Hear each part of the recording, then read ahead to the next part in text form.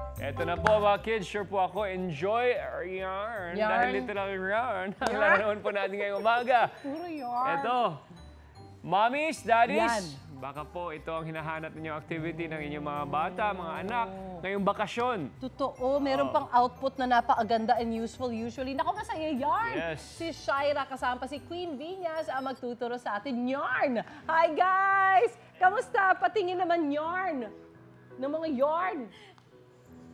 Hey guys! Ako, super saya nga nito, yarn! Ayan nga, nagbabalik nga kami dito sa Marikina City para sa ating fun activity today na yung crochet at kasama nga natin ang pinaka-gorgeous na drag queen, Queen Viñas Deluxe! Ayan! Naku, alam mo, Queen, napakahirap. Kanina pa ako dito. Paano ba to? Naku, dali-dali lang yan. Huwag ka mag-alala. Naku, kaya nga tayo nandito. Di ba, syempre, para matuto tayo at mag-enjoy. Di ba, yarn, mga kids? Tama! Wow, I love it. Alam mo, pero wait lang. Parang kailangan ko na talaga ng help. Kailangan ko na magpaturo sa kanila.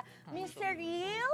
Mr. Real, ayan! Ayan, nandiyan tayo si Mr. Real. Mr. Real, paano ba to? Sa ang hirap-hirap naman kasi nito. Pero alam nyo, bukod sa kahit na mahirap siya, di ba? Ang perfect kasi talaga nitong activity na to, lalo na ngayon na bakasyon para Totoo sa mga naman kids. yan. And ano nga ba, Mr. Real, ang mga pwede nating gamitin no, kapag beginner ka sa paggaganto?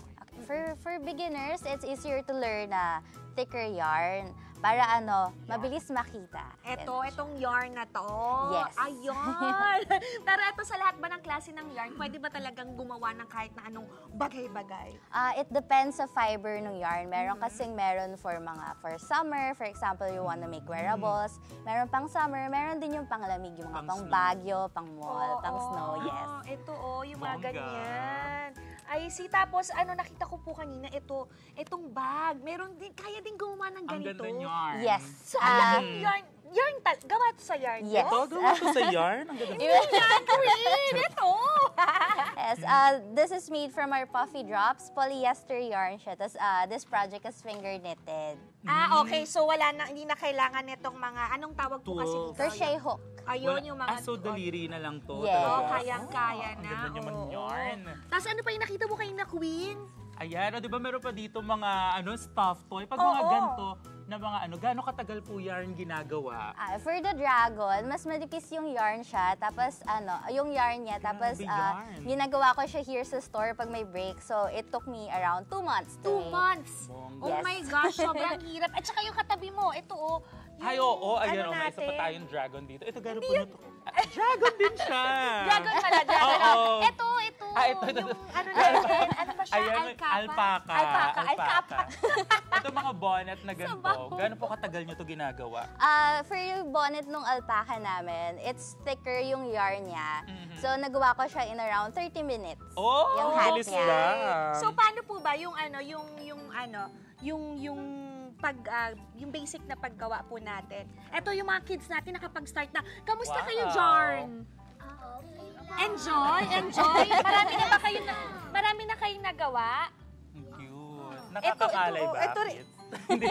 Masakit siya sa kamay. Ito, anong pangalan mo, baby girl? Pia po. Pia, nakagawa ka na ba? Opo. Enjoy naman? Opo. Sa iba tayo nang ginagawa, yung baby seal? Opo. Ayun, pero ang galing madaling matutunan, no? Opo. Oh, nakita nyo. Pero ang saya talaga. So, paano po ba to? Sige nga, yung step lang po. Paano? Okay, for stuffed toys, ang stitch natin is single crochet. Ito siya. Ito yung project natin. Okay. So, for the single crochet, ang basic steps is ako paghawak single. yung crochet hook, is papasok mo lang siya sa next stitch. Ito. Then, yarn over or kukuha ka ng yarn. Ay, ito.